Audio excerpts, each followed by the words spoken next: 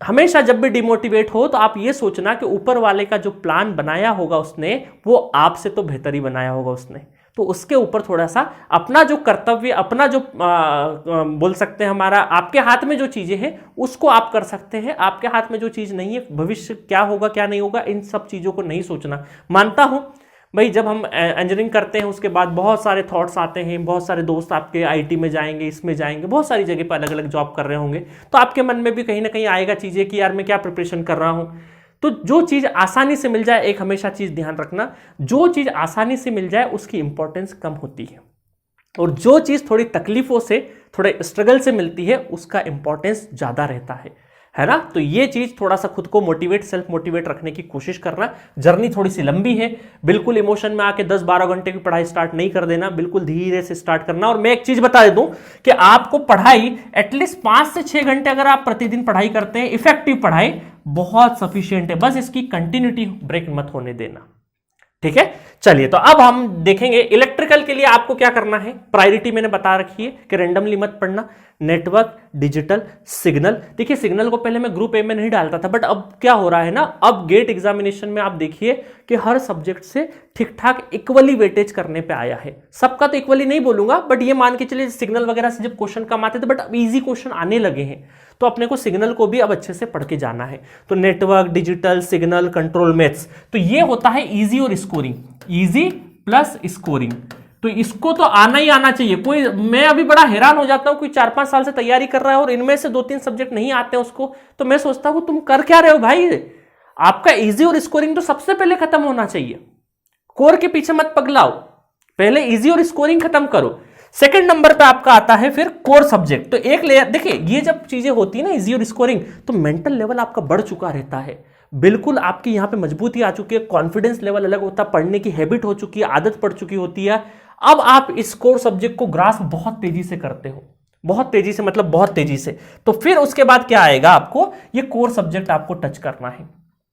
उसके बाद फिर एनालॉग से नेटवर्क बहुत अच्छे से अगर कमांड है तो एनालॉग 70% खत्म हो गया है। बस यहां पर पहली दो स्टेप रहेगी भाई, इनपुट इंपीडेंस हाई इनफाइड होती है, उधर करंट नहीं जाना, उसके बाद सर्किट सॉल्विंग करना है, तो बहुत आसानी से एनालॉग सीखोगे। मेजरमेंट अगेन नेटवर्क बहुत अच्छा होगा तो आप बड़े आराम से मेजरमेंट सीखोगे, बहुत छोटे छोटे लगेंगे ये। ईएमएफटी फिर अगेन मानता हूं कि ये थोड़ा सा आपको लगता है कई बार कि समझ में आता है, समझ में नहीं आता, बट ठीक है, बहुत लिस्ट वेटेज वाला है। तो एटलीस्ट हम अगर यहां तक मेजरमेंट तक खत्म करने में कामयाब हुए तो ये बाकी की चीजें तो हम थोड़ा सा बाद में भी कर सकते हैं। और चलो यहां तक भी नहीं, ये ग्रुप ए और ग्रुप बी तक भी हम 80% खत्म करने पे आए, तो इन सब्जेक्ट को हम बाद में खत्म कर सकते हैं धीरे धीरे धीरे धीरे। और रही बात एप्टीट्यूड और इंग्लिश की, मैं हमेशा बोलता हूं एप्टीट्यूड ये इंजीनियरिंग एप्टीट्यूड है, ये नॉर्मल नॉन टेक एग्जाम जैसा नहीं है। नहीं तो स्टूडेंट एप्टीट्यूड के पीछे पगला जाता है। आप अगर कुछ भी पढ़ के नहीं जाएंगे तो भी कॉमन सेंस बेसिस पे एप्टीट्यूड के 2-3 क्वेश्चन आराम से बना देंगे, ठीक है। तो एप्टीट्यूड को हम थोड़ा सा बाद में पढ़ेंगे। अब क्या होता है, बहुत सारे स्टूडेंट साथ में नॉन टेक्निकल का भी एग्जाम कर रहे हैं, इसका भी कर रहे हैं, उसका भी, सर एप्टीट्यूड तो सब जगह लगता कर लेते हैं एक बार। तो आप पहले डिसाइड कर लो भाई कि एग्जाम क्या है, वही आप गलती करोगे नहीं तो कि रैंडमली कहीं भी कोई भी तैयारी कर रहे हो तो बैठ के डिसाइड कर लो कि तैयारी किसके लिए करना है। भाई एसएससी सीजीएल करना है, दूसरा चीज करना है, नॉन टेक में जाना है, इसमें जाना है, तो पहले डिसाइड कर लो। ये इधर भी लड्डू ले लो, इधर भी ले लो, क्योंकि इंजीनियर होता है ना, वो तो सब जगह एलिजिबल होता है। अब वो कंफ्यूज इसीलिए है। तो पहले तसल्ली से डिसाइड कर लो कि आप किसके लिए फिट हो। और दूसरा, इंग्लिश के लिए एक चीज हमेशा ध्यान रखना, जो डेली मर्रा की जो जिंदगी में अपन कोई मूवी देख रहे हैं या कहीं पेपर पढ़ रहे हैं, कहीं पर भी, तो उसमें जो भी शब्द मिले रोजमर्रा की जिंदगी में, तो उन शब्द का एक बार गूगल कर लिया करो कि भाई इसको क्या बोलते हैं, इसको क्या बोलते हैं, इसको क्या बोलते हैं। बाकी अलग से कुछ इंग्लिश पढ़ने की नीड नहीं है। वहां पर आपकी किस्मत अच्छी होगी, 2-3 जो डेली मतलब डेली की बोलचाल की भाषा में कुछ शब्द पकड़ लोगे तो आराम से कर लोगे, ठीक है। बाकी बहुत कुछ ग्रामेटिकल हमने वैसे इंग्लिश और एप्टीट्यूड बहुत अच्छे से वापस पढ़वाया भी है। इंग्लिश भी बहुत अच्छी, एक हमारी यहाँ मैडम है, उन्होंने बहुत बढ़िया तरीके से पढ़ाया। आप उसके बेसिक नाउन प्रोनाउन है ना, बेसिक आपका इंग्लिश वहां से हो जाएगा, उससे ज्यादा की आपको नीड नहीं है, ठीक है। तो इस तरीके से आपका इलेक्ट्रिकल, ट्रिपल ई, ईएक्सी जितनी भी ब्रांचेस है उसके लिए इस प्रायोरिटी से ही आपको चलना है। नेक्स्ट है आपका ईसी वाले स्टूडेंट के लिए क्या करना है। ग्रुप ए सेम है, ईसी वालों के लिए भी। ग्रुप सेकंड में ईडीसी एनालॉग, ईडीसी के बाद एनालॉग पढ़ सकते हो या एनालॉग के बाद ईडीसी पढ़ सकते हो, कोई दिक्कत नहीं है, दोनों है ना। यहाँ पे डिवाइस की इंफॉर्मेशन होगी या सर्किट सॉल्विंग की इंफॉर्मेशन होगी, ऊपर नीचे कर सकते हो, कोई दिक्कत नहीं। उसके बाद ईएमएफटी पढ़ना है। फिर हमने ग्रुप सी में कम्युनिकेशन बाद में डाला है, फिर एप्टीट्यूड और इंग्लिश डाला है, ठीक है। तो इस तरीके से आपको ईसी वाले स्टूडेंट को पढ़ना है। आई बात समझ में। ये ग्रुप अगेन इजी और स्कोरिंग होता है, यहाँ से सिग्नल खासकर बहुत इंपॉर्टेंट है, और ब्रिज किशोर सर ने इतना ट्रमेंडस सिग्नल एंड सिस्टम पढ़ाया, मजा आ जाएगा। मुझे कुछ सिग्नल के कुछ टॉपिक की जरूरत पड़ रही थी एक जगह के लिए, तो उस सिग्नल्स के टॉपिक मैंने कुछ पढ़े, एक किताब के लिए रिव्यू मुझे करना था, तो वो मैंने जब ब्रिज किशोर सर के लेक्चर देखे ना, तो मैं बड़ा मेस्मराइज हो गया कि यार क्या पढ़ाया है बंदे ने।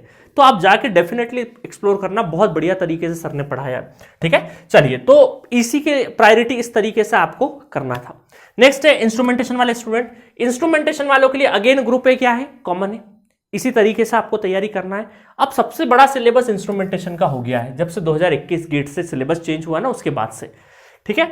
तो उसके बाद बी में एनालॉग, मेजरमेंट और सेंसर, जो इंडस्ट्रियल इंस्ट्रूमेंटेशन भी बोलते हैं, तो ये बहुत बढ़िया तरीके से एसके पाटीदार सर ने पढ़ाया, मेजरमेंट बहुत बढ़िया पढ़ाया, ब्रिज किशोर सर ने एनालॉग बहुत तगड़ा पढ़ाया है। उसके बाद सी में आपको ऑप्टिकल, कम्युनिकेशन, ये बहुत छोटे छोटे टॉपिक्स है, आराम से हो जाएंगे, और मशीन जो नया ऐड हुआ है, जिसमें मैंने आपको पढ़ाया है बहुत बढ़िया तरीके से, वो आप करके चले जाना। उसके बाद डी में इलेक्ट्रिसिटी एंड मैग्नेटिज्म, ये ईएमएफटी का ही पार्ट है, बट यहाँ पे इलेक्ट्रिसिटी एंड मैग्नेटिज्म के नाम से है। माइक्रो प्रोसेसर, उसके बाद aptitude and English. Micro processor की जो फैकल्टी है ना, पीयूष सर, उन्होंने क्या पढ़ाया है माइक्रो प्रोसेसर, एक बार आप पढ़ के जरूर देखना, बहुत मजा आ जाएगा। हमारे यहाँ पे जी सेंट्रिक पे जितने भी टीचर्स लाए हैं, वो एक्सपीरियंस टीचर है, और उन्होंने सब्जेक्ट को बहुत आसान भाषा में पढ़ाया है, ठीक है। बस दिक्कत ये है कि भाई पढ़ने वाला चाहिए। अच्छा, अब ये पर्सनल मेंटरशिप प्रोग्राम में एक चला रहा हूं, जिसमें बहुत सारे स्टूडेंट ने एनरोल कर लिया है, खासकर इलेक्ट्रिकल वाले आ चुके हैं, इसी वाले भी अब जैसे जैसे जुड़ रहे हैं। तो इस प्रोग्राम की इंफॉर्मेशन डिटेल वीडियो आप देख सकते हो, मैं डिस्क्रिप्शन बॉक्स में भी डाल दूंगा, कमेंट बॉक्स में भी डाल दूंगा। इसमें मैं क्या करवाने वाला हूं, इसका क्या पर्पस है, तो मैं प्रॉपर तरीके से एक शॉर्ट इन्फॉर्मेशन दूं इस प्रोग्राम की।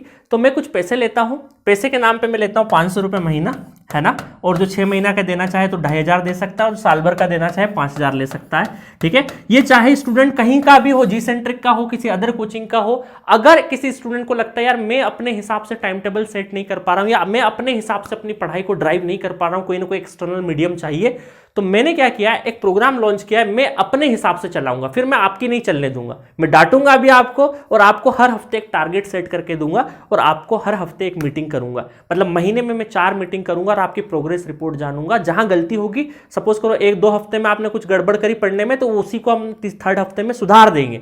ऐसा नहीं हो पता चले 2 महीने तक गलती करते जा रहे हो, फिर समझ पड़ रही है।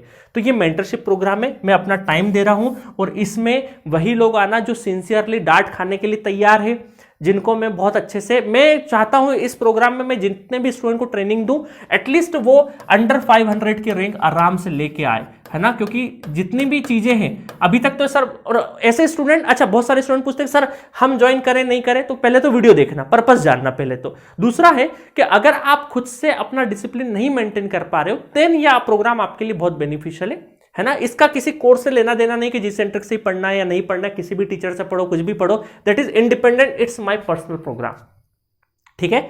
आपको कैसे ज्वाइन करना है, क्या करना है, ये व्हाट्सएप कर देना, है ना। बट ये वीडियो जरूर देखना, डिटेल वीडियो जरूर पहले देखना है। टीम हम पहले आपको पेमेंट डिटेल बाद में भेजते हैं, पहले बोलते हैं कि वो डिटेल वीडियो देखा है कि नहीं देखा है, क्योंकि पर्पस जब तक नहीं जानोगे, चीजें नहीं जानोगे, तो नहीं चीज कर पाओगे।